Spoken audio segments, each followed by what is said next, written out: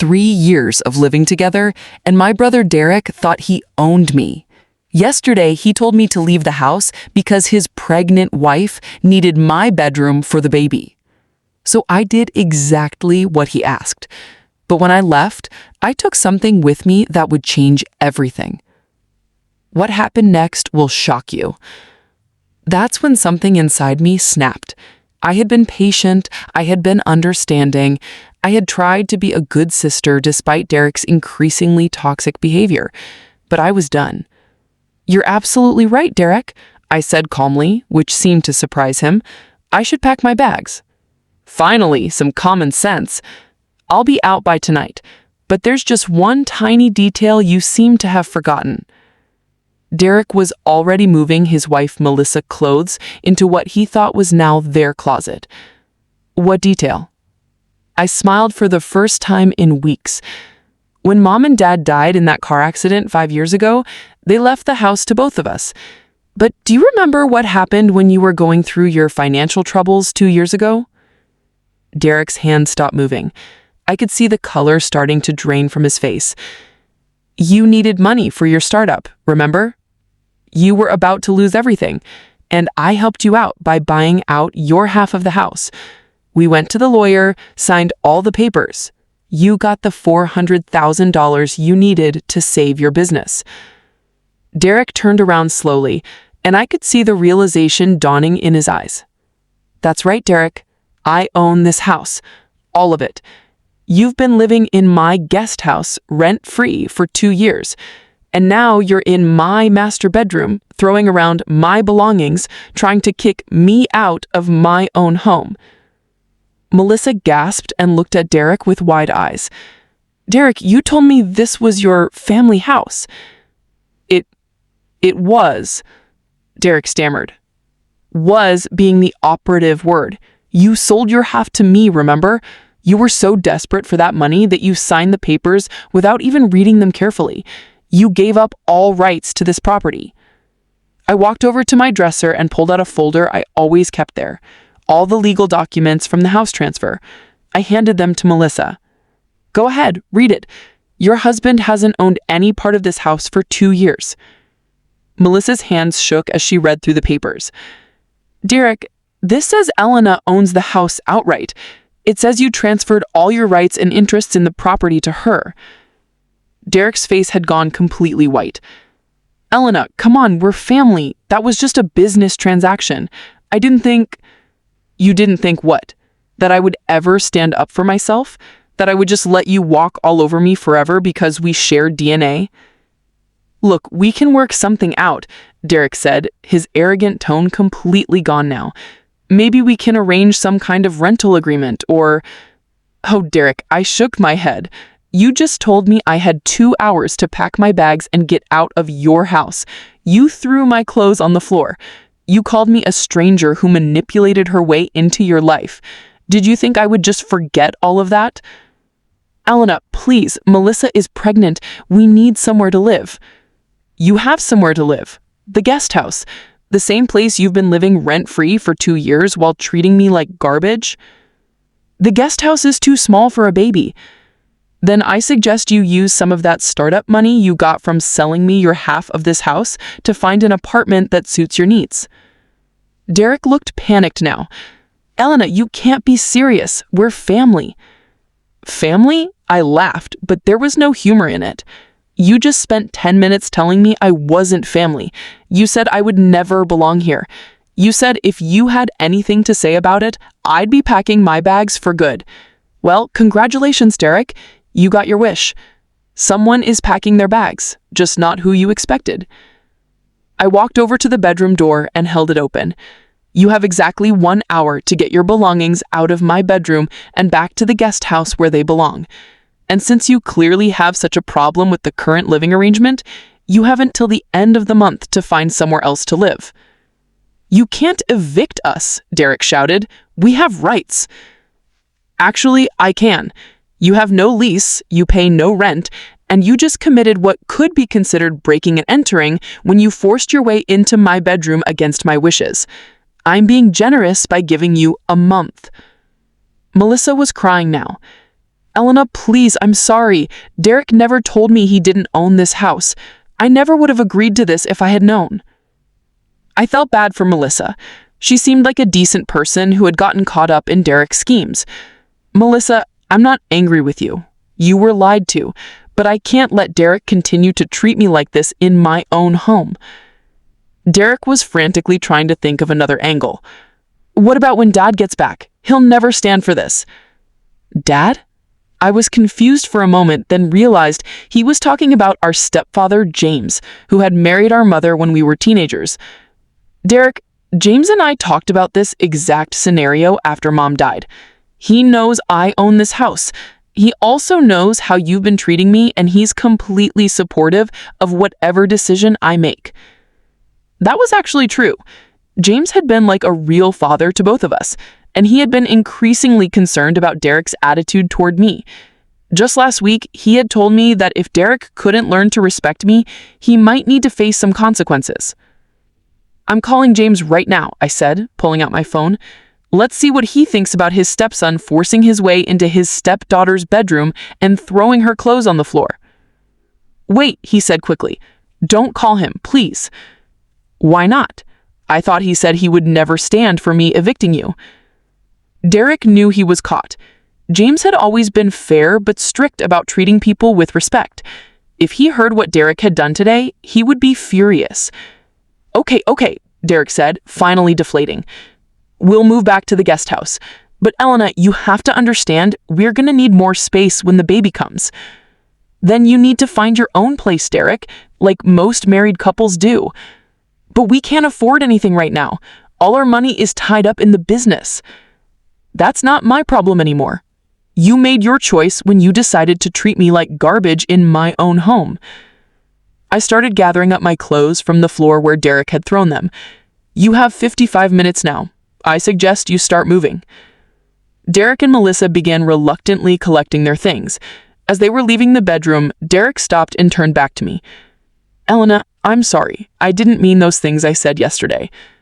I looked at my brother, this man who had shared a childhood with me, who I had helped through financial troubles, who I had welcomed into my home when he needed a place to stay, and I realized that his apology rang completely hollow.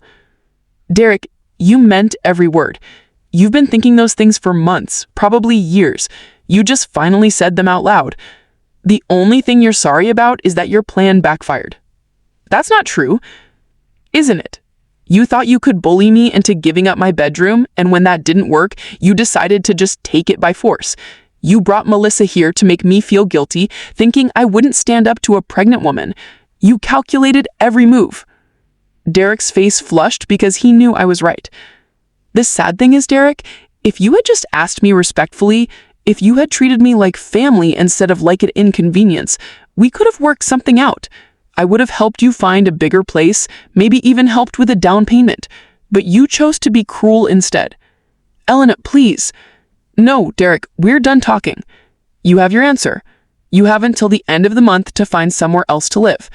And Derek, next time someone helps you when you're desperate, try to remember that kindness, because you never know when you might need it again.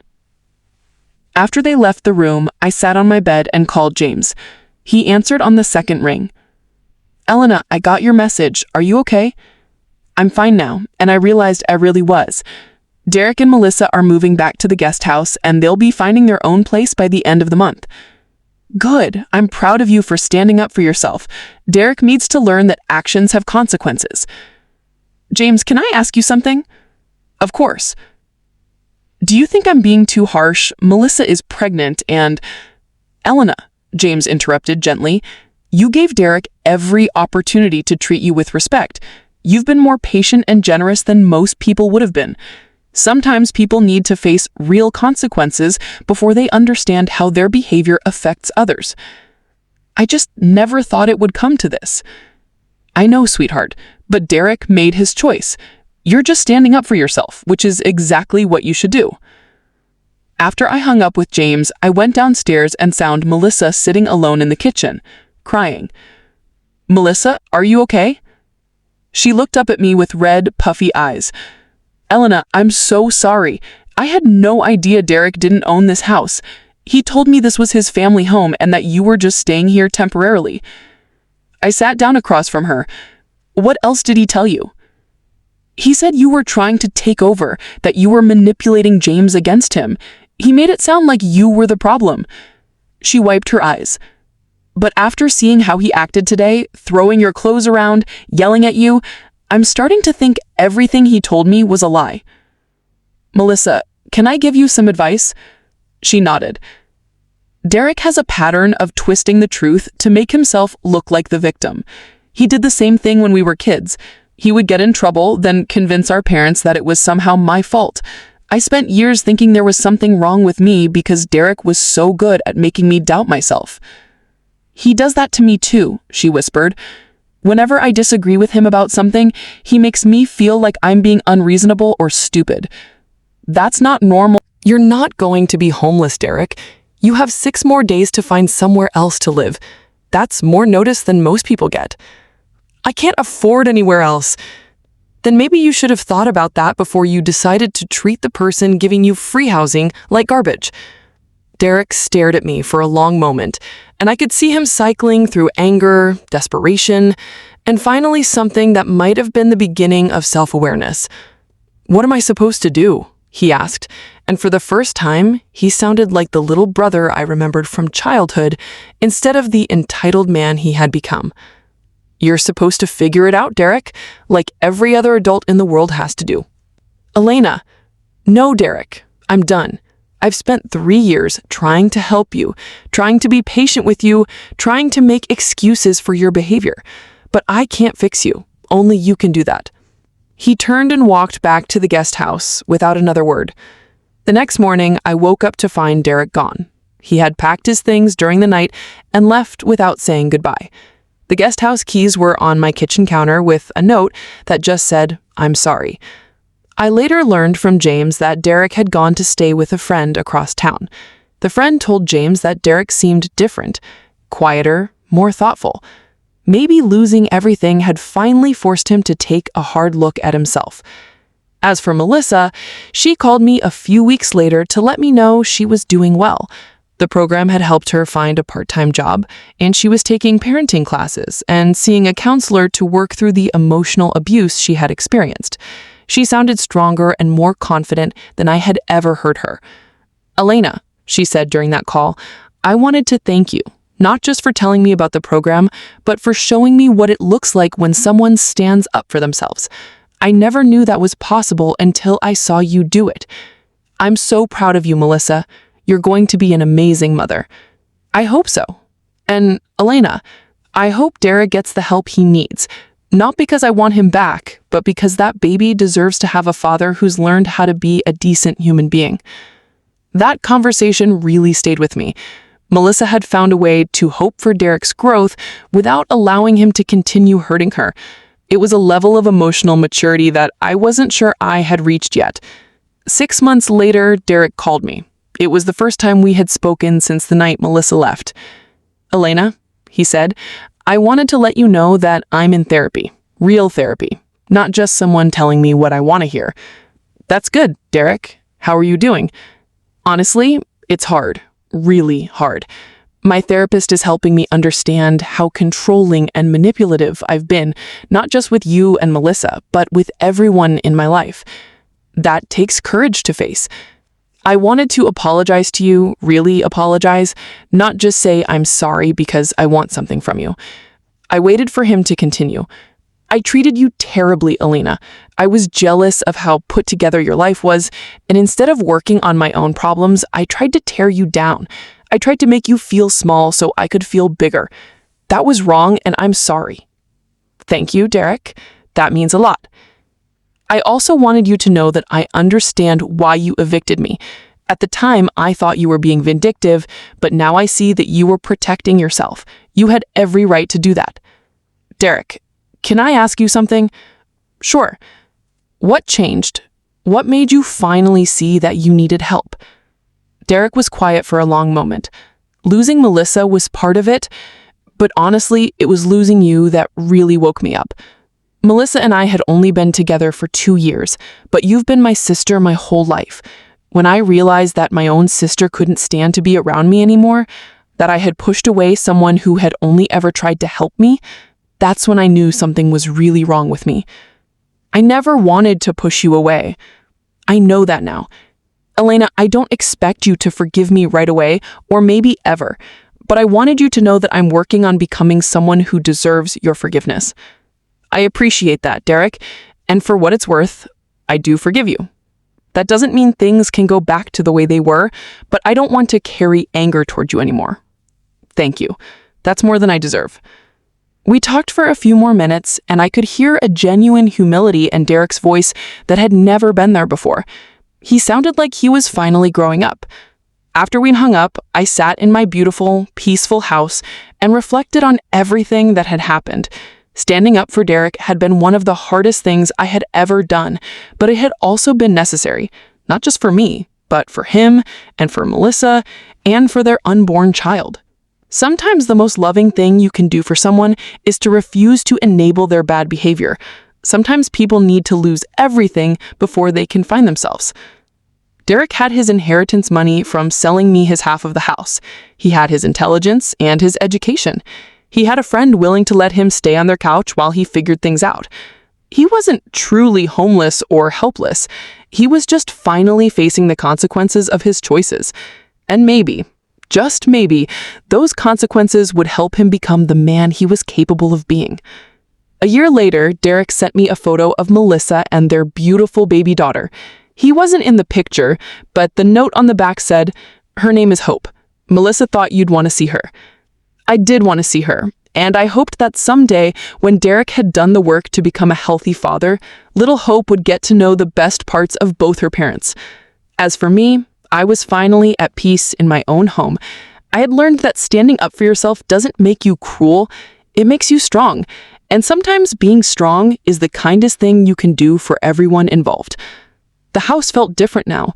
It felt truly mine, not just legally, but emotionally. I had fought for it, defended it, and chosen who was worthy of sharing it with me. And for the first time in years, I was genuinely happy.